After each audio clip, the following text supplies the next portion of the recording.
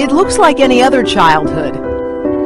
Days in the park, your head in the sun, reading stories and fairy tales in a world you've made all your own. No worries, no stress. Except that is not especially true for this young child. I could die or bleed to death. So now you know better not to do that, right? I want you to. Her name is Josie Romero, and for as long as she can remember, Josie's been trying to break free from a nightmare that few children will ever know. Do you want a hug? I'm sorry. To help Josie, her mother Vanessa is prepared to go to lengths most parents could not imagine. I was in such a desperate state to get my child okay. Their story begins in 2001 when Vanessa gave birth to a son, Joey. He was the center of a loving blended family with stepfather Joseph, an Air Force engineer, and later an adopted baby sister, Jade. But the family scrapbook doesn't show the problems Joey was having by age 3. Temper tantrums, awful. Glass shattering, piercing, yelling, crying fits. What did the doctor say was wrong? Joey's depressed. Let's give him Prozac. Prozac. Yeah. Okay, what else? We needed medication to help Joey sleep. Doctors also prescribed medicine for anxiety, ADHD, and Tourette's syndrome. There were 14 different medications, 17 doses a day. Okay, that sounds insane. It was. My child was broken and there was something really wrong. I just wanted it fixed. But there was something else about Joey, something Vanessa never thought was a problem to discuss with doctors. Her son seemed to prefer his little sister's toys and clothes. If we'd go into the store, Joey would already start heading over to the little girl's clothes, even just for socks, anything. And I'd say, no, we're here for you, not your sister, and start dragging my child over to the boys' socks or t-shirts or whatever. Vanessa didn't see a connection between Joey's obsession with dress-up and his behavioral problems until a routine physical changed everything. They were wrapping up the visit when the doctor noticed the way 6-year-old Joey was playing with his toy. Joey lifts his shirt and starts breastfeeding the doll. And the doctor said, I think your child may have gender identity disorder. And I'm like, what? Yeah. And the doctor said, like transgender. As you may have figured out by now, Joey is Josie, born a boy, but now living as a girl. When you were little, did you feel like you were trapped in the wrong body? Yeah. How old do you think you were when you started feeling like that? When I started to know? Yeah. I always knew. Back then, the family was living on a military base in Okinawa, Japan, far from any specialist. But Vanessa learned more about the condition from online support groups. It seemed to just click, so she decided to try something radical, buying her child a new girl wardrobe. So we went over to the girl section, Joey led, and I followed. And he just bought the things he wanted, and he started carrying it. Wouldn't even put it in the cart. Wanted to hold it. Her son began dressing as a girl at home, but now it wasn't a game. Joey said, okay, you can't say he anymore. You have to start saying she. So we had to correct our pronouns. That took a little bit more effort. And that may be where parents watching this go, what's going on over there? The kids ruling the roost. That's where it tips over into something that they don't understand. That's understandable, because I would have too. Even Vanessa's husband was having a hard time accepting the change in his child. We went to this photo studio, and Josie's looking through all the dresses, and she looked at me and pretty much asked, Daddy, is this okay? Can I do this? And at that point, all of this became a reality for me. No longer did I have a son, and I had to put all my feelings aside to embrace my daughter. What I remember is my dad giving me thumbs up, and I felt like I was gonna cry. I was so happy. After that, they say a profound change happened to their child. No more tantrums, no more sleeplessness, no more medication needed. And a few months later, they decided to take another leap. Send their child to school on the military base in a dress. She's no longer having these fits and no longer screaming and crying. So I thought, the teacher's going to love this. But that wasn't how it went That at was all. not the way it went. Parents protested. The family received death threats. Did you think to yourself, you know what? She could have been herself at home and just gone to school No, that would as Joey. Initially, when we first started, then I was like, yeah, that'll work. But then when I let her out, I wasn't going to shove her back in. But what was happening That later scared worse? me. It was worse for me, but not for her. I felt proud of myself that I turned into a girl. It doesn't matter what they say. They can do whatever they want. I'm just going to do what I think is right. Because of the controversy, the military moved the Romeros back to the U.S., to Tucson, Arizona. Can you read these keywords? They decided to homeschool Josie, and she began seeing a psychologist who supported the decision to let her live as a girl. The Romeros changed her name legally, Josie Claudine Romero. Hi, my name is Josie. I'm a girl. When I got my girl name, I felt like everything was done, but apparently not. Not done, not by a long shot, because by age 9, Josie was filled with anxiety again, this time over something neither her nor her parents could control, her own growing body. I'm changing, like, boy style.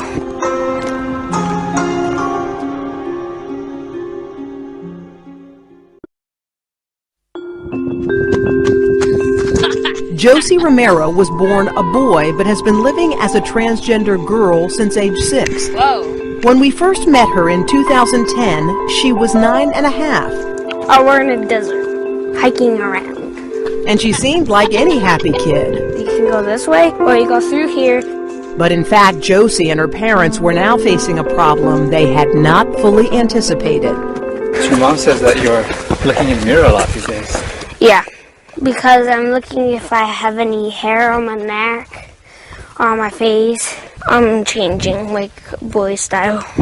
Josie, who had passed easily as a girl for years, was now terrified of her growing body, afraid puberty would soon turn her into a man. She scrutinizes her image in the mirror every morning when I'm doing her hair. So she looks for facial hair or an Adam's apple. It's a swan's neck. There is no bump there. Nothing else is as important to her as getting her body to match who she is. What are you thinking? It's getting frustrating. Do you want a hug? Josie felt so much anxiety over her changing body that she once tried something drastic. Did I tell you that I want to get my own surgery? My own self-surgery? She was in the bathroom, and she's standing in the shower, and she's got her penis in one hand and her nail clippers in another hand. It was like she was building up her determination to go through with doing it. Then I ran in, literally, and grabbed the nail clippers from her hand and squeezed her to me. I could die or bleed to death. So now you know better not to do that, right? I want to, though.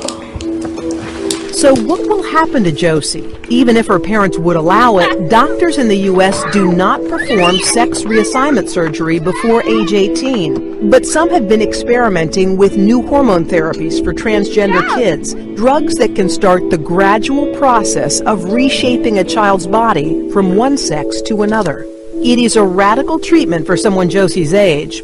I'm just really eager for her to feel at peace. And if she takes estrogen, she'll see her body respond to that, and she'll have that peace. It is a two-step process. First, drugs called blockers that suspend puberty. In Josie's case, blocking the release of testosterone. Then, a more controversial step. She could be given estrogen to make her body develop like an adolescent girl's. They're talking about giving you hormones and doing blockers and all that kind of stuff. Is that something that you want to do? Yes. You do? Tell me why. It's going to make me not have big hands and big feet and get boobs and... You want boobs? You do? Yeah. That's something most people feel like you ought to wait until really a child is much older. Dr. Margaret Moon is a pediatrician and bioethics professor at Johns Hopkins University. She says drugs that delay puberty, blockers, may be helpful in some extreme cases. But that second step, giving opposite sex hormones, is alarming at Josie's age. The changes are irreversible and include rendering the child sterile as an adult. Any change you make that's irreversible is harder to justify when the child is young.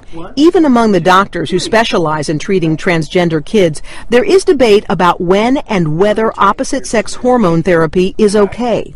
We have lots of very well-informed, very well-intentioned people looking at the same data and coming away with very different ideas. Is this an overdiagnosis issue? Potentially. It's potentially an overdiagnosis issue.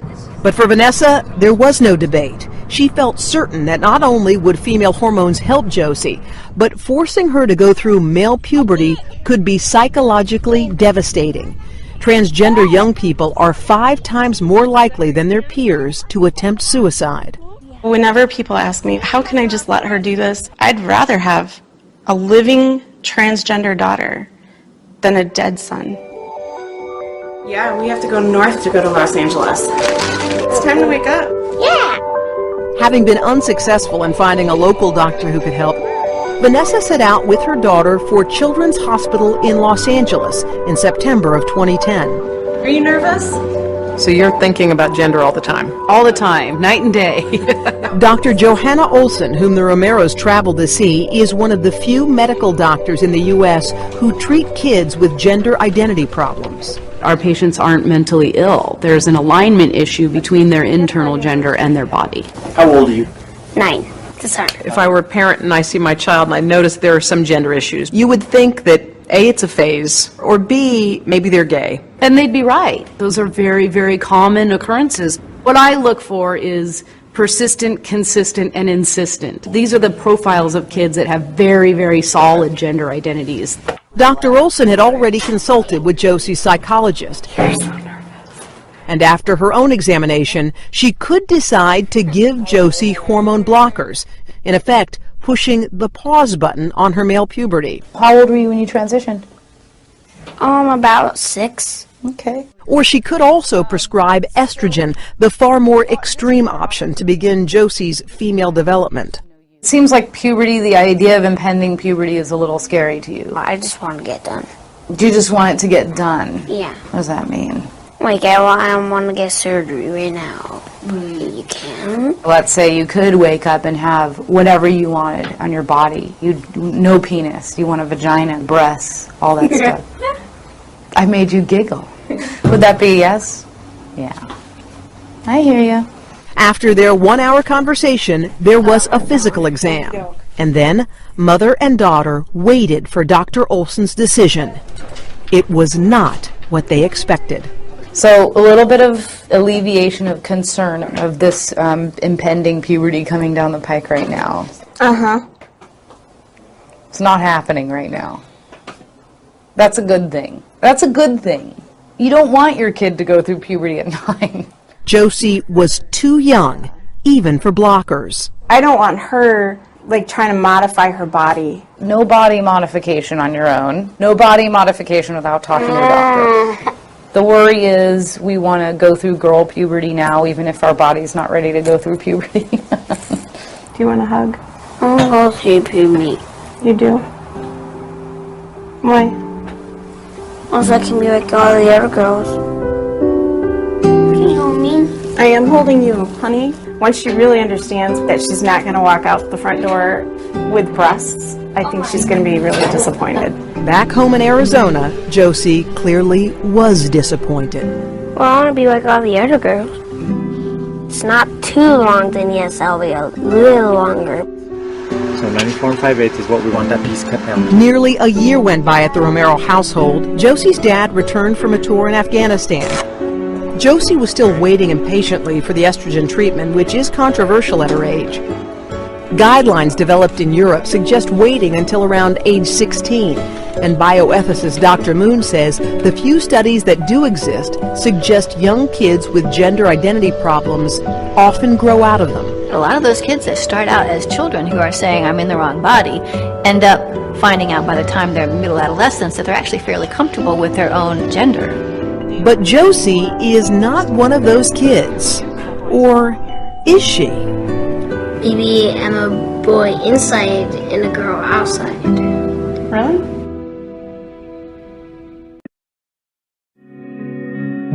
At 10 years old, Josie Romero believed she was born in the wrong body, and her parents have been seeking a controversial hormone therapy that would start chemically changing her boy body into an adolescent girl's. 14 inches. 14 inches, a foot and 2 inches. Yeah. Estrogen treatment is irreversible and would make Josie sterile. But Josie and her mother never doubted it was the right thing until an unexpected conversation happened one afternoon. But on the inside, where nobody else can see, Yeah. are you a boy or are you a girl? Maybe I'm a boy inside and a girl outside. Really? Yeah, is that true? Only you know the answer to that. So if you wanted to grow up to be a man, Yeah. would you tell me? Yeah. Hey, if you wanted to grow up and be a man, you could. I want to be... Sometimes I think I'm a boy, sort of, but I want to be a girl. Yeah. Will you let me if I'm a boy? Of course. I would love you no matter what. I always have, and I always will. It was the first time Vanessa ever heard Josie sound uncertain. I feel like maybe there's a part of you that's afraid to tell me what you really want. What if I said, oh, please don't be a girl? So I guess I'll be a boy? No, honey. I need to listen to you and my mom. Well, yeah, you need to listen to me about, what's healthy to eat, and you need to listen to me about what time to go to bed. But you are the one. I have to listen to you. Yeah, well, if you said I need to be a boy, maybe No. I have to. No. For her to have any indecision now, I don't know what it's rooted in, and I really need to find that out. I feel like I'm about to cry. I'm just kind of surprised by some of these answers today. It's the first time you've given them to me. Everything I thought I knew is kind of in question. Had Vanessa's wholehearted, unwavering support of Josie's transition actually pushed her child too far, too fast? The thought of her having made such a huge decision in her life, all based on what she thought I wanted, that would be traumatic for me. Bioethicist Dr. Margaret Moon, who opposes opposite-sex hormone therapy for kids Josie's age, says most 9 and 10-year-olds are not mature enough to participate in life-altering medical decisions. They're not sure of who they are, and they can't really offer their parent that sort of reassurance. Even Dr. Olson says there is no exact science that can determine who is truly transgender.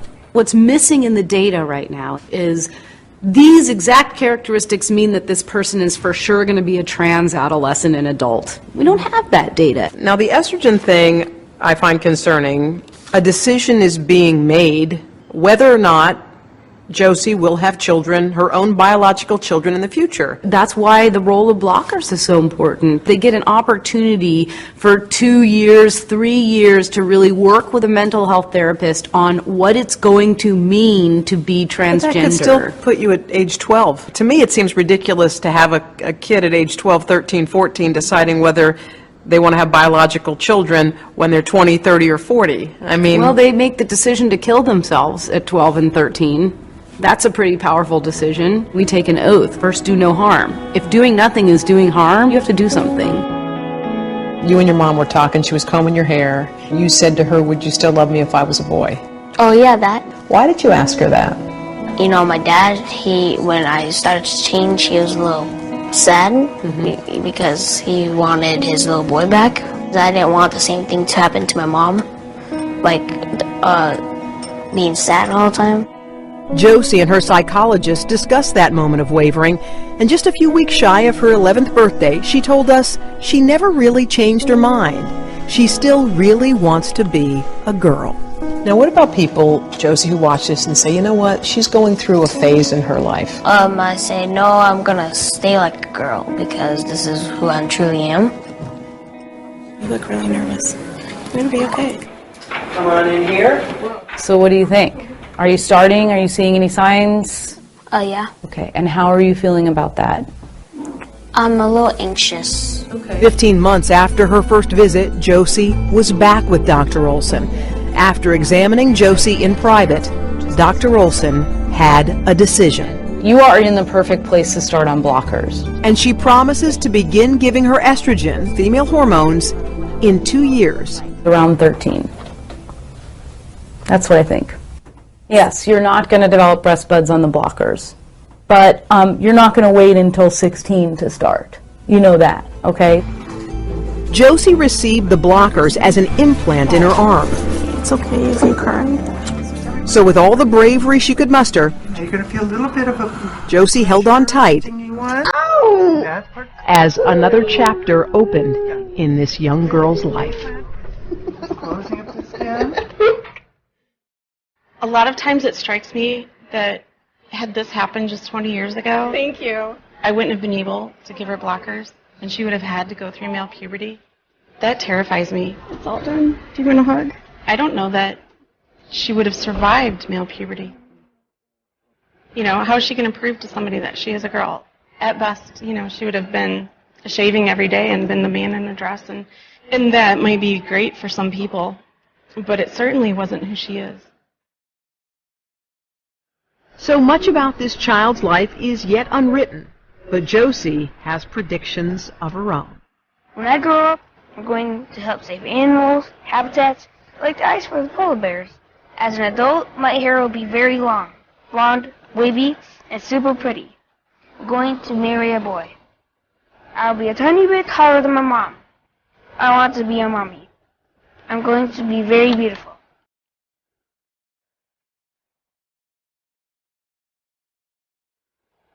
Was that hard to watch your dad struggling with what was going on with you? It was, because I believe that support from both parents is so key in a transition that I wanted so badly for him to just understand and accept me for who I was. Did the puberty blockers and the hormone treatments, the cross-hormone therapies that you underwent, did they help you transition into a more female body? Yes. It was a key role and part in my transition is to take these hormones and to acquire the physical, not just the mental, but the physical body of a female. From your earliest possible memories, do you just always remember wanting, thinking, believing you were a girl? From the day I could talk, I would tell my parents, Mommy, Daddy, I'm a girl. There was never a question in my mind, this is who I am. When you were in elementary school, you know, as you put your girl clothes in your backpack and changed, I guess, in the bathroom, what did your friends think? They were a little confused, and they would ask, you know, why are you coming to school like a boy? You know, why, you know, you look so pretty, but why do you have to change after school back into boys' clothes? And I say, oh, my parents wanted me to look like a boy. They just wanted me to be a boy. And then you transferred to a different school in high school. Correct. Which I imagine made things a lot easier for you. So much easier, yes. It was like having a clean slate. I could reinvent myself and live a regular life as a woman and as a young girl. You've had boyfriends, yes. And when you told them what the situation was, were they like, I mean, it must have been pretty shocking for some of them. It would be shocking to me. I will say they were shocked, but I've always had, you know, positive reactions. They just couldn't believe it in the first place. It wasn't that, you know, why didn't you tell me sooner? It was that I can't believe this. There's no way you were born male. Kids at your school, when you were voted homecoming princess, did any of them have any idea? No. No. No. I guess they will now. Right? I guess, but how do you feel about being so open? I mean, is it scary for you to talk about this and to own it? It is, because I've always lived a private life. And I've always just wanted to live as Devin, you know, a regular woman, not a transgender woman. And being open is okay with me now, because if I can help a young girl or a family accept and love her and help her through her transition, that means the world to me. Good evening. They are the words that any parent would want to hear about their daughter. She is such a remarkable little girl. For a girl named Jazz, the word remarkable doesn't begin to cover it. At just 11 years old, she has taken what most children and their families would regard as a terrible secret and brought it smashing into the open. She is the brave and beautiful new face of a child born in the wrong body. She's got a little. Describe Jazz to us. Vibrant, happy, full of life, self-confident, beautiful, glowing. Feminine? So feminine. She wears pink cleats on the soccer field. Do you like my new bra? And padded bras. She not only dreams of mermaids, she swims like one. If you didn't know it, would you believe this 11-year-old girl was biologically a boy? Let's get this straight, Jazz. Are you a boy or a girl? I am definitely a girl. Like, that's all I consider myself as. I'm sorry, I know I never do anything with my hair, but Jazz is transgender, a boy living as a girl. I have a girl brain and boy body. Hi. When we first met Jazz in 2007, she was only 6 years old and one of the youngest documented cases of an early transition from male to female. We'll say things like, God made you special, because there aren't very many little girls out there that have a penis. At age 5, her parents, Jeanette and Greg, made an extraordinary decision. They allowed Jazz to openly identify in the opposite gender because they and their doctor were convinced this was not a phase, but a condition now called gender dysphoria. A phase is called a phase because it is just that. It ends. And this is not ending. This is just getting stronger. As difficult as it is for people to understand, you only had to walk into Jazz's bedroom, as I did. Oh, how pretty. To know this was not a passing fad. It was filled with girly things, dresses and dolls. But it was a picture she drew that made Jazz's world crystal clear.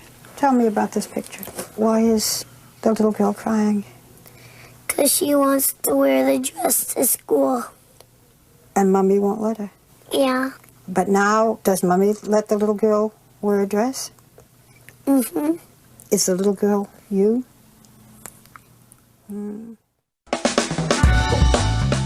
5 years later, Jazz is still Jazz. Has Jazz shown any desire to change and go back to being a boy? Nope. Never. Today, Jazz's bedroom is lined with photos from cheerleading and girls' soccer. She draws and sews, carefully seaming together her own mermaid outfits. It's like, ooh. The motion makes you feel like you're an actual mermaid. In fact, many young male to female trans kids are obsessed with mermaids. I believe it's because of the ambiguous genitalia. There's nothing below the waist but a tail. And how appealing is that for somebody who doesn't like what's down there? No one knows why thousands of children like Jazz are transgender. There are only theories. Mom, is that a mermaid? Despite growing awareness, many still face unthinkable obstacles from a world that sees them as freaks of nature. Do people treat you differently when they know you're transgender? Yes, they do. They don't understand what the concept means, and they think that I'm weird and that I shouldn't have the same rights as them just because of what's between my legs. You know that there are people who think you could have prevented it. Why did you allow it to happen? Yeah, there's people that definitely think that. And what do you say? I don't really care what they think. Jazz is fortunate. Her parents and 3 siblings accept her, and as much as they can, keep her safe, which is why they asked us not to use their last name or location. I think the family is very supportive of Jazz. We've tried to make things as normal and ordinary American family as we can. The older twins are always looking out for Jazz. Ari, the older sister, and her friends hang out with Jazz. They treat Jazz like a little sister. What do you explain to people about your sister? I tell people that it's a disorder and that it's not by choice. How do you feel, Jazz, when your sister says it's a disorder?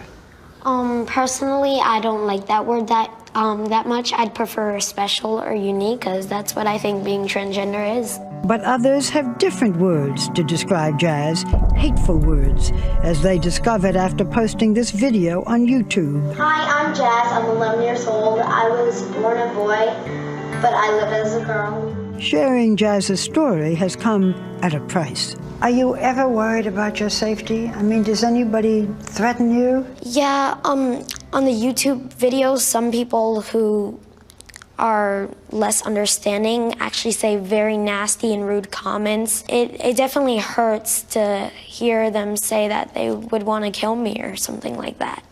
They can't wrap their mind around the idea of a transgender kid. And I want to tell everybody they're wrong and show them Jazz, because when people meet her, they start to get it. One, go.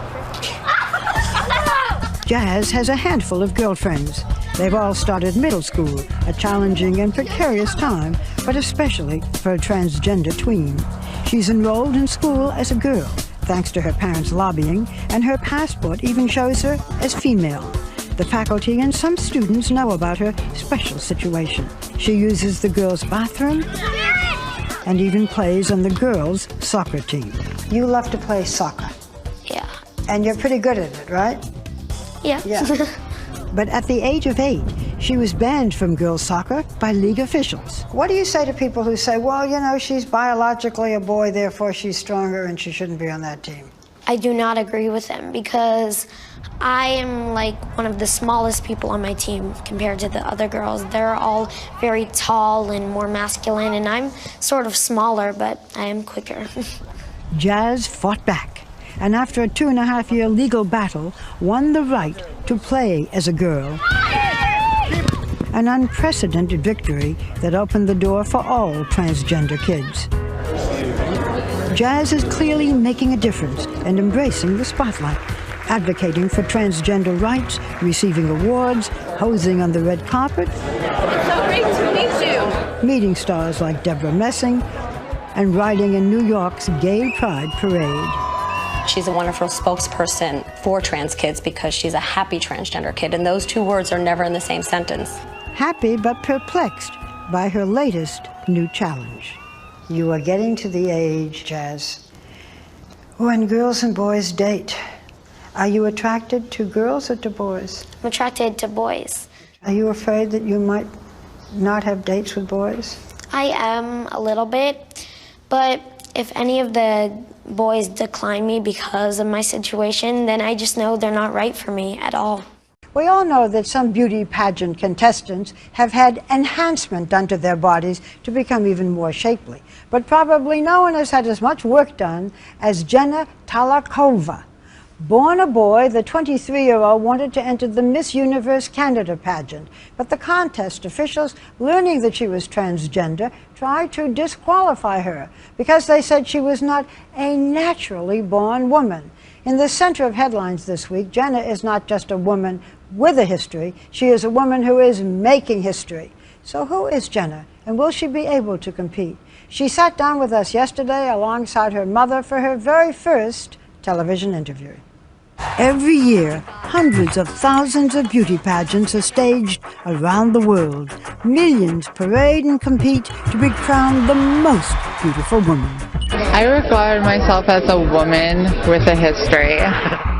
But when 6'1" Canadian Jenna Talakova entered this year's Miss Universe pageant, the biggest and grandest of them all, she set off a firestorm of controversy.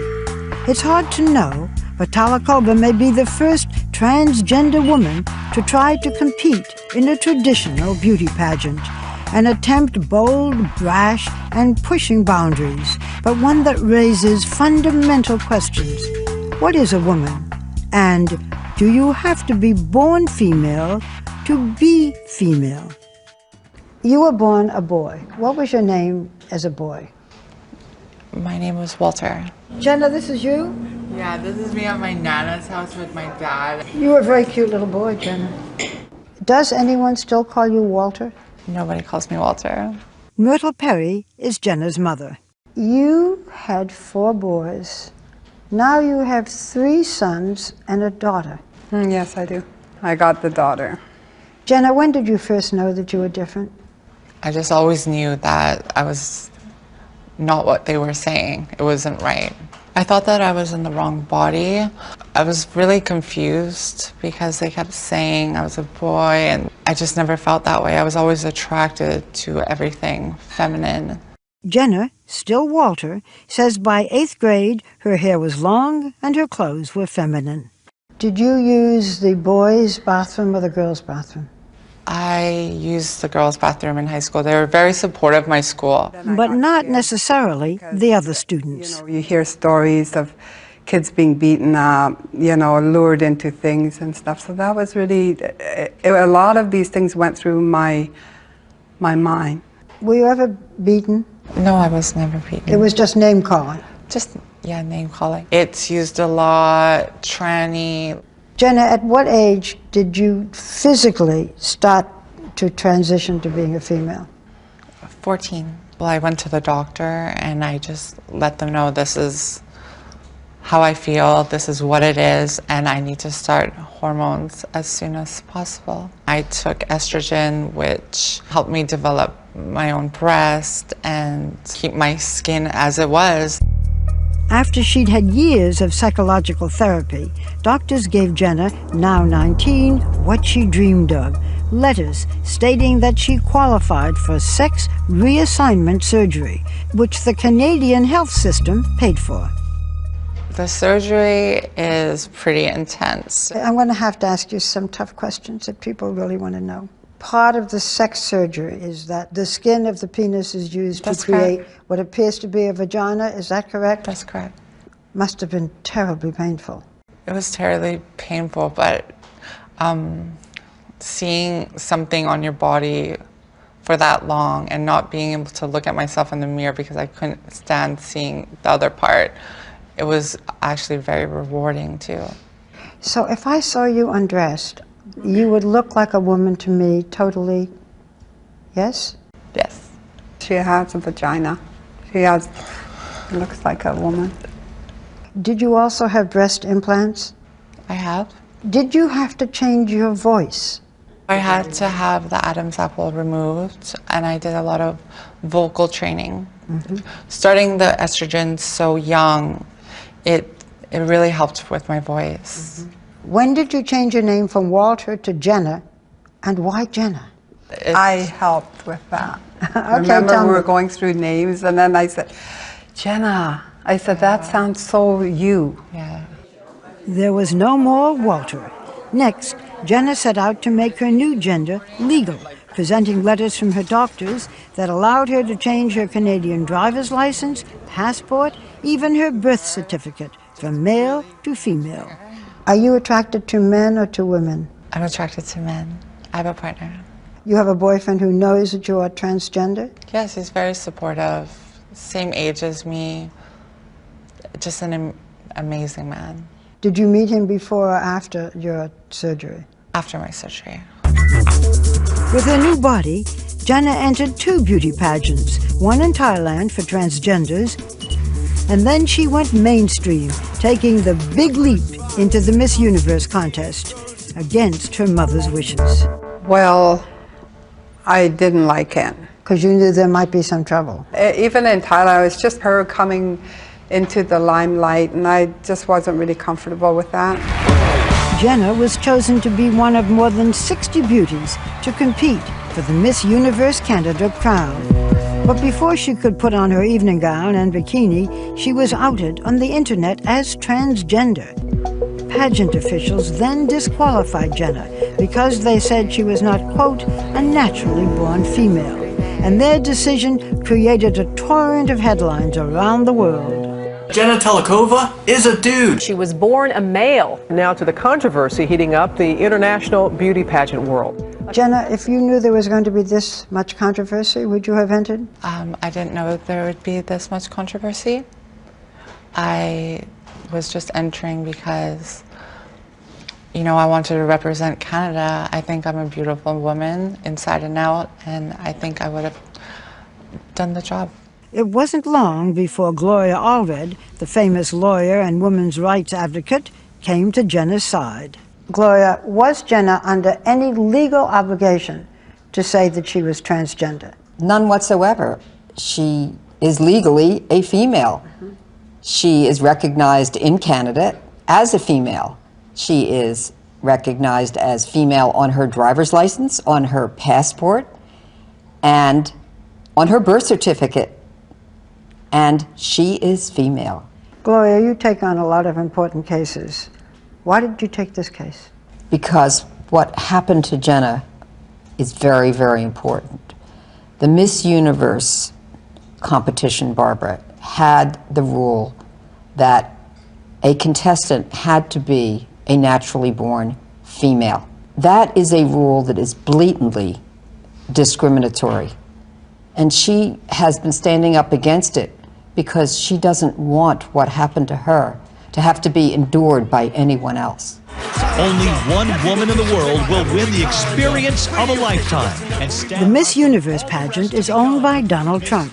And when Jenna's story went viral, saying that she couldn't compete because she wasn't a naturally born woman, two media pros like Allred and Trump couldn't help throwing mud at each other. She at a press conference. She did not ask Mr. Trump to prove that he is a naturally born man, or to see the photos of his birth, to view his anatomy, to prove that he was male. The same day, Trump phoned TMZ. So joining us on the line right now, Donald Trump. Donald, welcome to TMZ Live. Hello, Harvey. I think Gloria would be very, very, very impressed with me. I really do. The attacks stem from a statement released by Trump's pageant officials, saying that Jenna could compete, but only if she met, quote, the standards established by other international competitions. What other international competitions is he talking about? This is extremely ambiguous.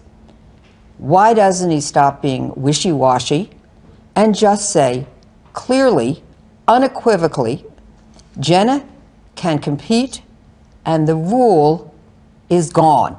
And so we asked Donald Trump. We looked at the laws of Canada and we looked at the laws of the United States, and every country is different, but it was obvious to us that she was entitled to compete. If Jenna should win in Canada in that pageant, can she compete in the World Miss Universe pageant? Yes. In the future, can transgender women compete in Miss Universe? Yes. So we thought everything was hunky-dory, but Donald, being Donald, had his own take. I looked at her name and somebody brought this up to me. Genital. Those are the first letters of her name, and it's genital. And I'm saying to myself, that's strange. Could there be an ulterior motive? I think that her mother has explained why she took the name.